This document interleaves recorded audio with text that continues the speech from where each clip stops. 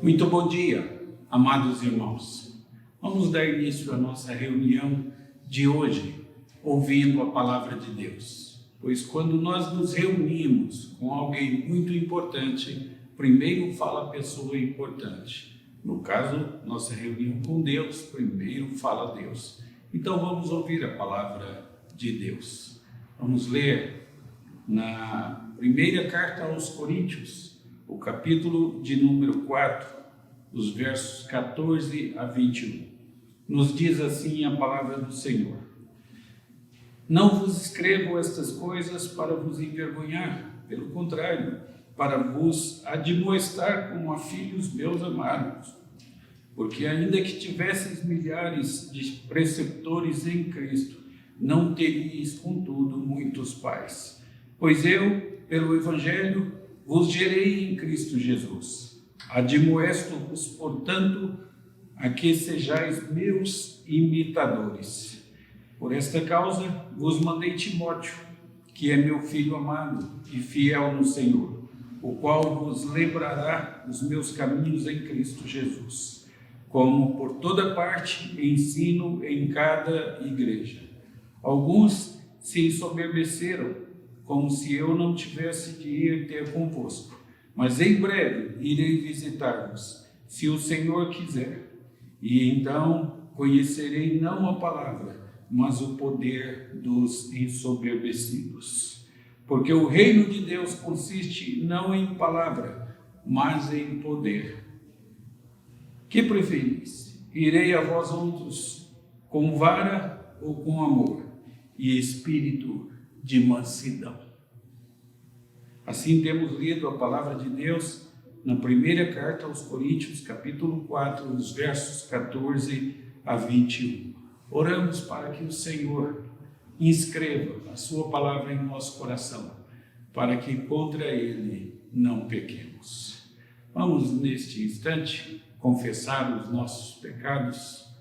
Vamos nos colocar de pé e orar a Deus. Oremos ao Senhor. Senhor, nosso Deus e Pai, ao olhar para a Tua beleza, santidade, majestade e pureza, olhamos também para nós e só enxergamos pecado e maldade em nós. Pecamos com nossas atitudes, pecamos com nossas palavras, pecamos com nossos pensamentos, pecamos pelas nossas ações e pecamos por nossas omissões. Claramente não somos adequados para comparecer à Tua presença. Mesmo assim, nos aproximamos de Ti, mas o fazemos pelos méritos exclusivos de Jesus Cristo. A verdade é que sabemos o que é certo, mas amamos o que é errado. Confessamos nossos pecados e renovamos nossos propósitos de fidelidade a Ti, pois nós oramos em nome de Jesus. Quero convidá-lo neste instante a acompanhar um dos cânticos da mocidade.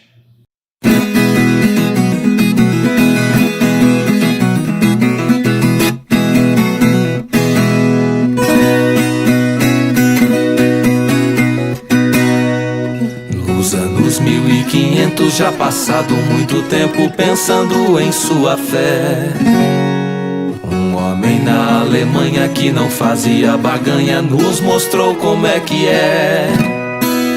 E ao som dessa viola vou contar essa história sem segredo e sem mistério. O seu nome é conhecido, em todo mundo sabido. Quem foi Martinho Lutero?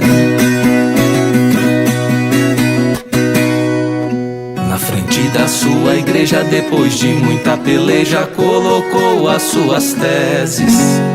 Ao todo 95, escritas com muito afinco, pensadas durante meses. Revolucionou o mundo, fez Bíblia, cuidou de tudo e deixou o seu legado. Sofrendo perseguição, não desistiu da missão. Por Deus era enviado.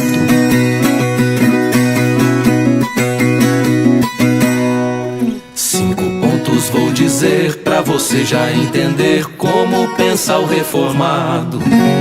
Só a graça, só a fé, só Jesus de Nazaré que nos livra do pecado. Só a palavra de Deus que é nosso manual e por Ele inspirada. Somente a Ele a glória, dele vem nossa vitória, que não pode ser tirada.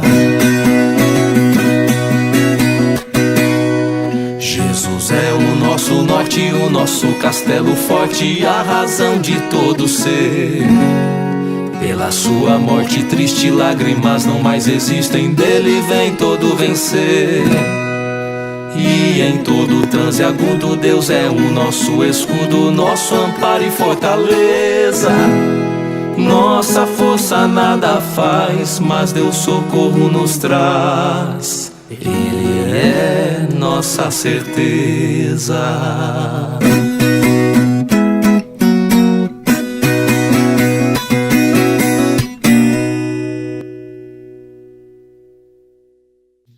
Vamos, neste momento, orar intercedendo pela igreja, intercedendo pelo nosso país e intercedendo por aqueles que sofrem com essa pandemia. Oremos ao Senhor. Ó Deus, em cuja presença nos encontramos, chegamos diante de Ti para derramar o nosso coração e para dizer que não temos a quem recorrer, senão a Ti somente. Tu sabes que a Tua igreja se encontra privada de suas reuniões presenciais e da comunhão com os irmãos. Assim queremos suplicar que Tu abençoes o Teu povo, fazendo de cada lar um templo e uma escola, um templo em que o Teu nome seja glorificado e cultuado, uma escola em que a Tua palavra seja estudada, aprendida e ensinada. Senhor, queremos suplicar em favor do mundo que sofre com o novo coronavírus. Pedimos em favor dos cientistas para que sejam iluminados por Ti na produção de uma vacina eficaz. Pedimos em favor daqueles que trabalham em pesquisa, buscando medicamentos que impeçam o avanço dessa pandemia. Pedimos em favor dos médicos, enfermeiros e daqueles que trabalham em hospitais na linha de frente no combate ao Covid-19. Pedimos em favor das famílias enlutadas e pedimos em favor dos desempregados. Senhor, suplicamos em favor do nosso país que sofre essa crise política tão escandalosa. Pedimos em favor dos vereadores, prefeitos, deputados estaduais, governadores, deputados federais, senadores, do presidente da República e seus ministros e do sistema judiciário. Rogamos que inclines o coração de nossos líderes para que decidam coisas boas para o nosso país, para que assim o Teu povo viva em paz. Pedimos isso em nome de Jesus. Amém. Nesta manhã, quero falar com vocês sobre conselhos de um pai espiritual. E por isso lemos o capítulo 4 da primeira carta aos Coríntios, os versos 14 a 21. Um amigo meu, um pastor, recentemente contou-me a seguinte história. Há muitos anos, ele disse, quando nossa filha ainda era uma criança, nossa família foi a um restaurante com os meus pais. O garçom veio à nossa mesa e começamos a fazer o nosso pedido. Quando ele chegou à nossa filha, de 11 anos de idade, eu sugeri que ela pedisse um hambúrguer ou alguma comida que eu sabia que ela apreciaria. E eu fui vencido imediatamente pela avó dela, que insistiu, deixa a menina pedir o que ela quiser. E eu disse que minha filha era muito seletiva quanto à comida e ela poderia não gostar da comida mexicana. Finalmente eu cedi e a minha filha pediu algo com um nome espanhol, que até hoje eu não sei realmente o que era, disse ele. E quando a refeição foi servida, minha filha deu uma única mordida corajosamente. Isso foi tudo o que aconteceu. O rosto dela ficou frio por um momento de agonia e vergonha, mas ela engoliu corajosamente. E então disse com voz muito baixa: eu acho que não estou com muita fome. Para encurtar a história, disse ele, acabamos pedindo um hambúrguer para ela. Bem, quando chegamos a esta seção da carta aos Coríntios, nós vemos outro pai que está exortando, aconselhando seus filhos. O pai é Paulo, o apóstolo, e os seus filhos são aqueles que ele evangelizou, aqueles que ele levou a Jesus Cristo. E até este ponto, ele havia sido muito duro com eles. Ele está agora a ponto de ser ainda mais duro com eles. Mas isso não significa que ele não os amasse de modo nenhum. Pelo contrário, esta exortação é uma prova do seu amor. Ele lhes diz: vocês estão a ponto de morder algo de que vocês não vão gostar. Então, vejamos aí o conselho de um pai, os versos 14 até 16. Assim nos diz o texto: não vos escrevo estas coisas para vos envergonhar, pelo contrário, para vos admoestar como a filhos meus amados, porque ainda que tivesseis milhares de preceptores em Cristo, não teríeis, contudo, muitos pais. Pois eu, pelo Evangelho, vos gerei em Cristo Jesus. Admoesto-vos, portanto, a que sejais meus imitadores. Nos últimos 4 capítulos, Paulo deu uma surra na igreja de Coríntios.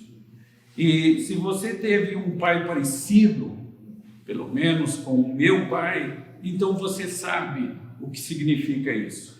E eu sei hoje que o meu pai não gostava de me corrigir tão duramente, mas em minha mente jovem eu imaginava que ele se realizava com aquilo.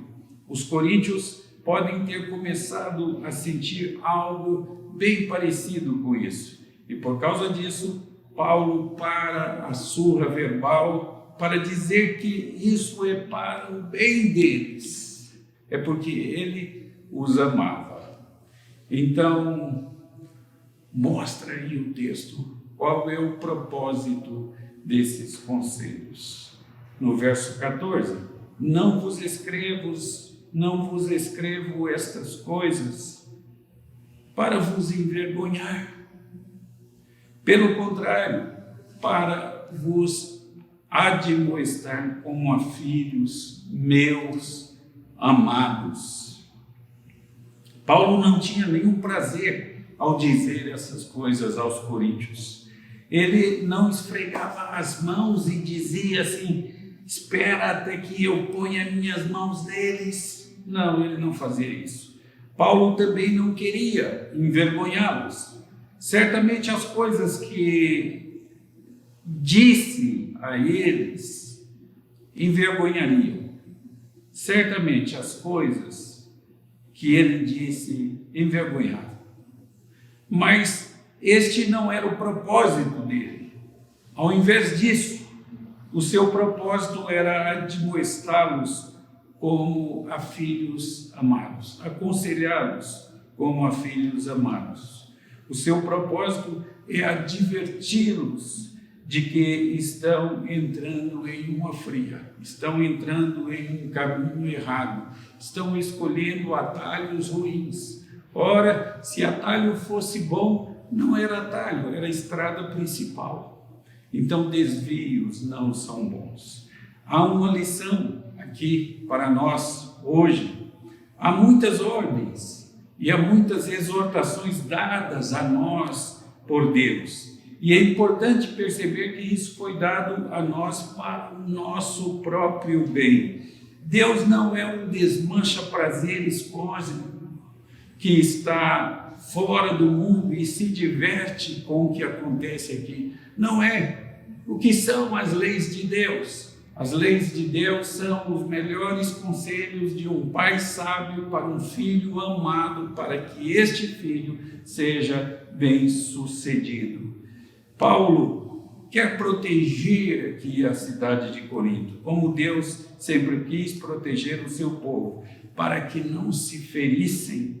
E ele quer o nosso melhor, e por isso nos conta exatamente como chegar a este melhor. Este é o ensinamento da passagem. Às vezes, nós não entendemos isso. Às vezes, somos como os filhos que não entendem porque não podemos brincar ou andar de bicicleta na rua sempre que queremos. Pensamos que limites são apenas para atrapalhar a nossa diversão e às vezes temos que apanhar da vida e sofrer. Isso é o que o Paulo está fazendo com a igreja de Corinto. Ele está corrigindo-os para que não sofram mais. Bem, no verso 15, nós temos aqui uma defesa do direito do apóstolo Paulo de fazer essas admoestações, de dar esses conselhos. Nós lemos assim: porque ainda que tivesseis milhares de preceptores em Cristo, não teríeis, contudo, muitos pais, pois eu, pelo Evangelho, vos gerei em Cristo. A razão por que Paulo tem o direito de corrigir os coríntios é que ele é o pai espiritual deles. Eu não corrijo o menino que vive na rua. Não corrijo. Embora saiba que ele comete muitos erros e normalmente ele mereça isso. Há ocasiões em que ele precisa de alguém que lhe mostre os seus limites, eu sei, mas eu não faço isso. Eu não tenho qualquer direito de corrigir esses meninos, porque eles não são meus filhos. E apenas os pais deles têm o direito de corrigi-los. O mesmo é verdade no nível espiritual. Há igrejas, nas minhas andanças por aí tenho visto isso, a igreja na minha denominação, em que coisas terríveis acontecem. Há pastores ociosos, há pastores fracos para ensinar. Há membros que vivem em pecado, e há irmãos que estão apunhalando um ao outro pelas costas. Mas eu não faço nada sobre isso. Eu não tenho o direito de entrar nessas igrejas e levar todos ao conselho, pois eu não sou o pai espiritual deles. Você vê o que Paulo está dizendo? Ele diz que pode falar com os coríntios dessa maneira, porque ele é o pai espiritual deles. Ele trouxe-lhes o conhecimento do Senhor e trocou as fraldas espirituais deles. Ele ganhou o direito de falar deste modo com eles. E qual é o resultado dessa fala de Paulo? Você pode ver isso no verso 16. Admoesto-vos, portanto, a que sejais meus imitadores. É isso que ele aconselha. Paulo era o pai espiritual deles. E ele pôde dizer: vocês deveriam assumir as características familiares de seu pai espiritual. Assim como filhos se parecem com pais e aprendem dos pais, assim também os filhos espirituais devem se parecer com os seus pais espirituais. Eu tenho ouvido pregadores dizendo: façam como eu falo, mas não façam como eu faço. Não me sigam, sigam a Jesus. Mas isso, lamentavelmente, não é o padrão bíblico de liderança. Os fariseus foram acusados por Jesus de fazer isso.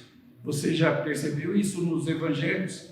Abra aí a sua Bíblia no Evangelho de Mateus, no capítulo 23, e vamos ver dos versos 1 a 3. Diz-nos assim o texto: então falou Jesus às multidões e aos seus discípulos. Na cadeira de Moisés se assentaram os escribas e os fariseus.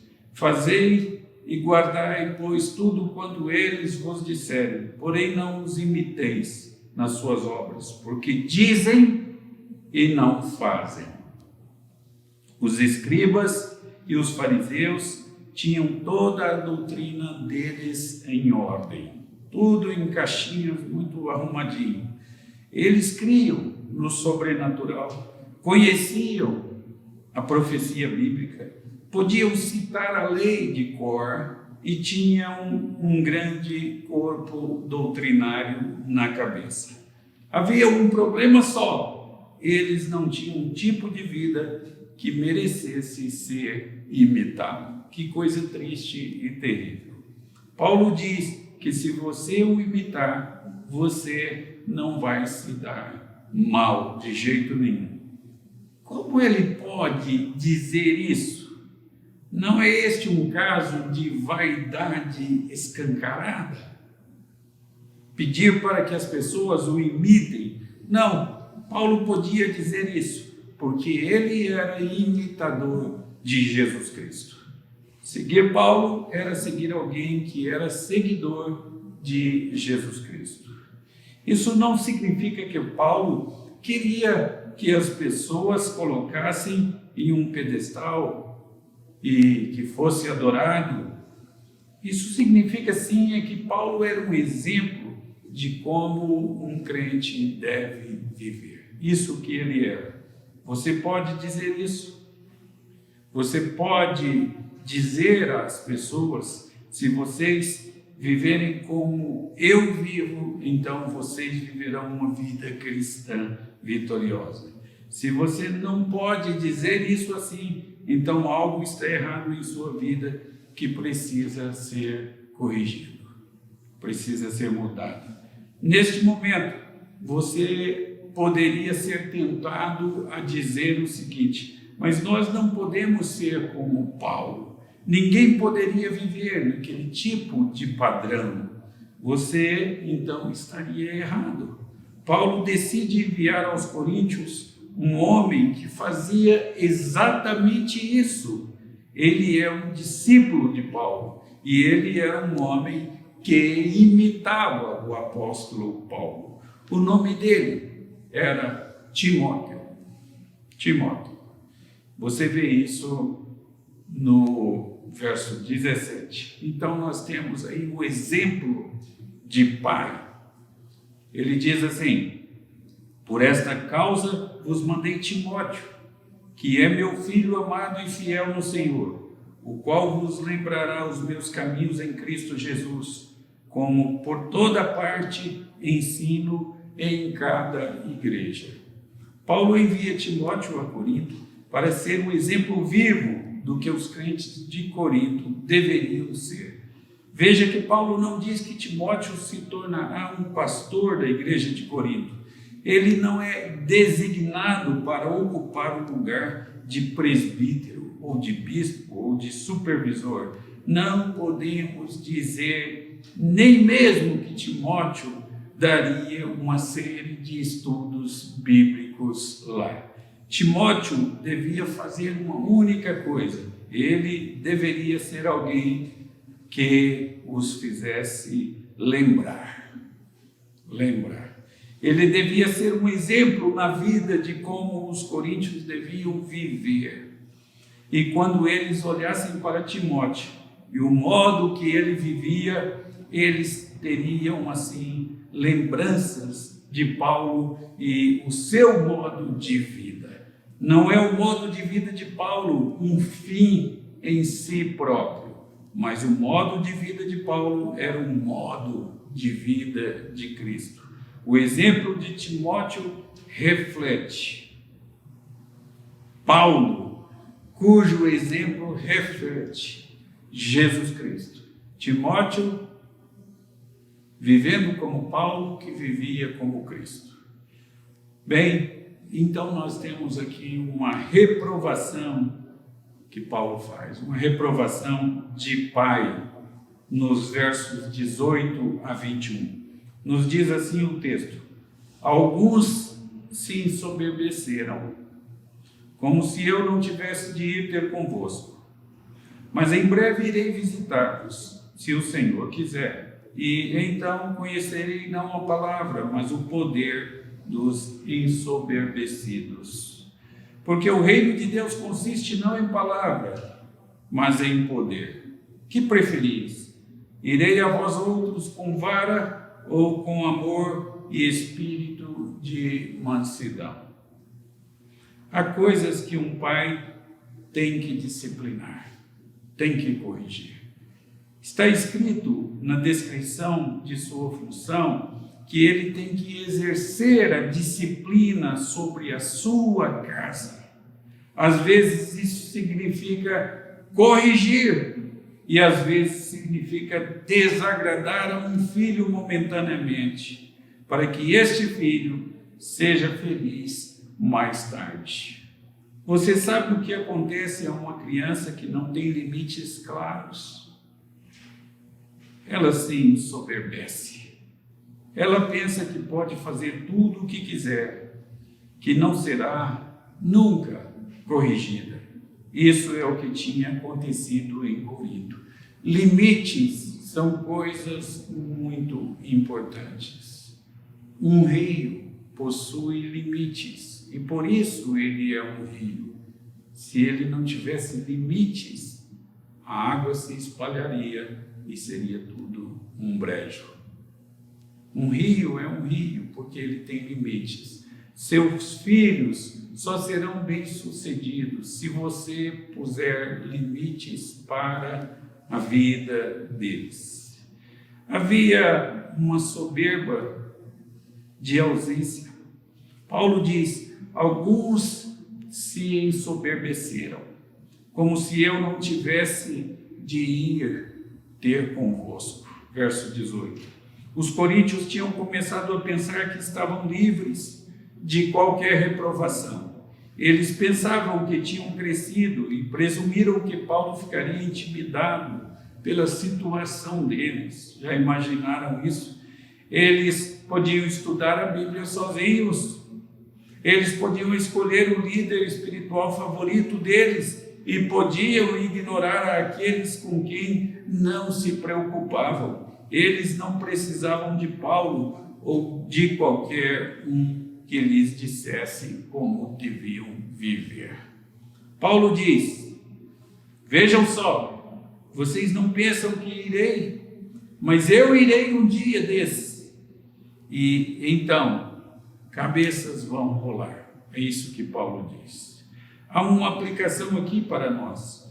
Jesus voltará em breve.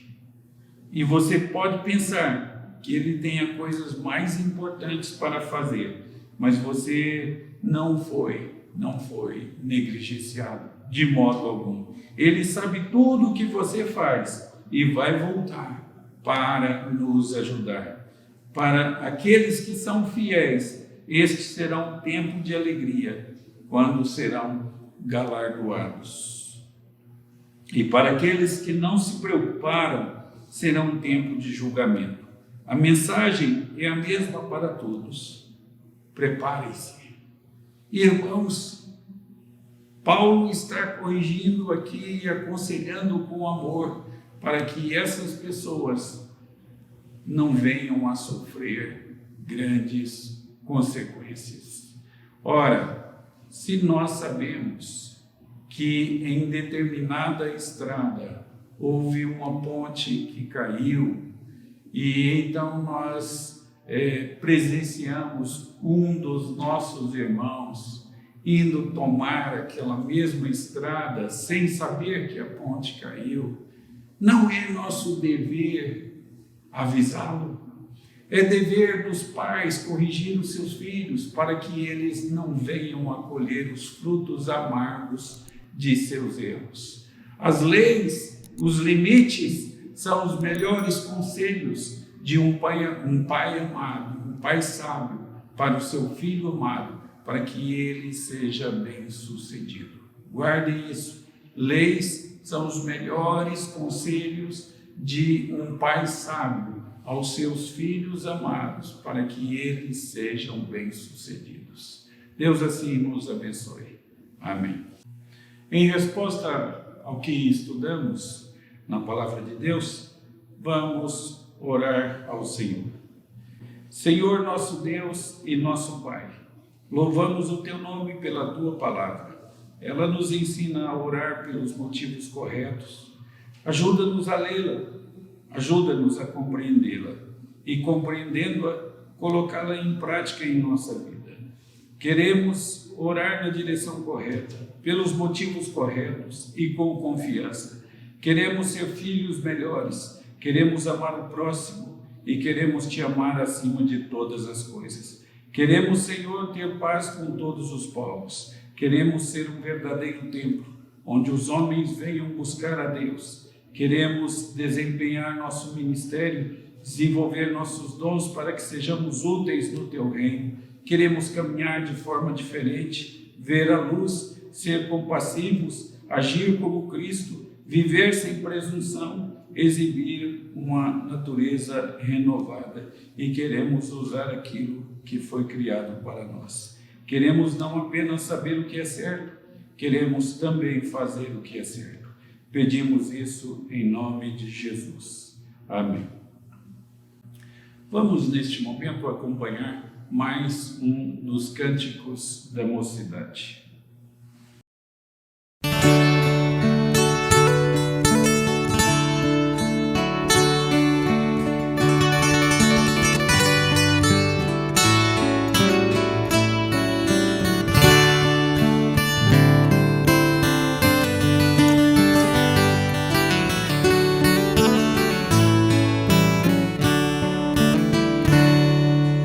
Mais perto quero estar, meu Deus, de Ti, ainda que seja a dor que me una a Ti, sempre hei de suplicar. Mais perto quero estar, mais perto quero estar, meu Deus, de Ti.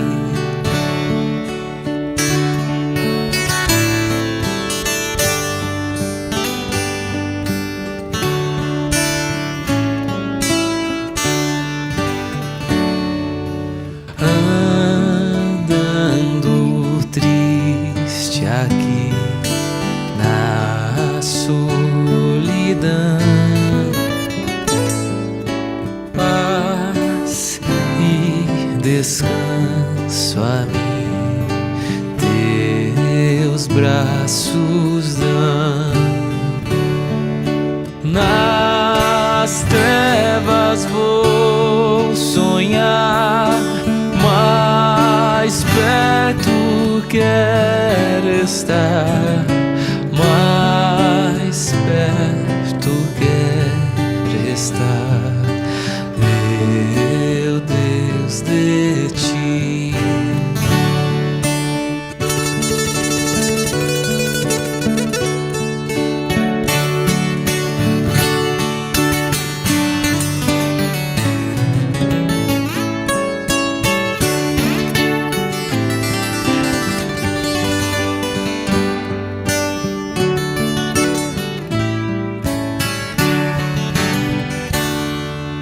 Minha alma cantará a Ti, Senhor, e em Betel alçará padrão de amor. Eu sempre hei de rogar, mais perto quero estar, mais perto quero estar,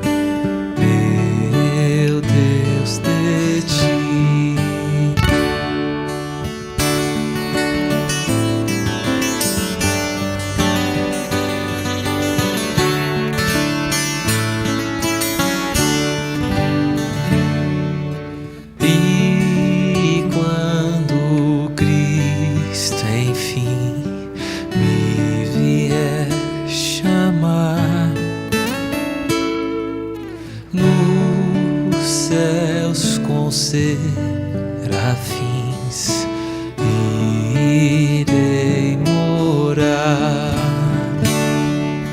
E então me alegrarei perto de ti, meu rei, perto de ti, meu rei, meu Deus, de ti.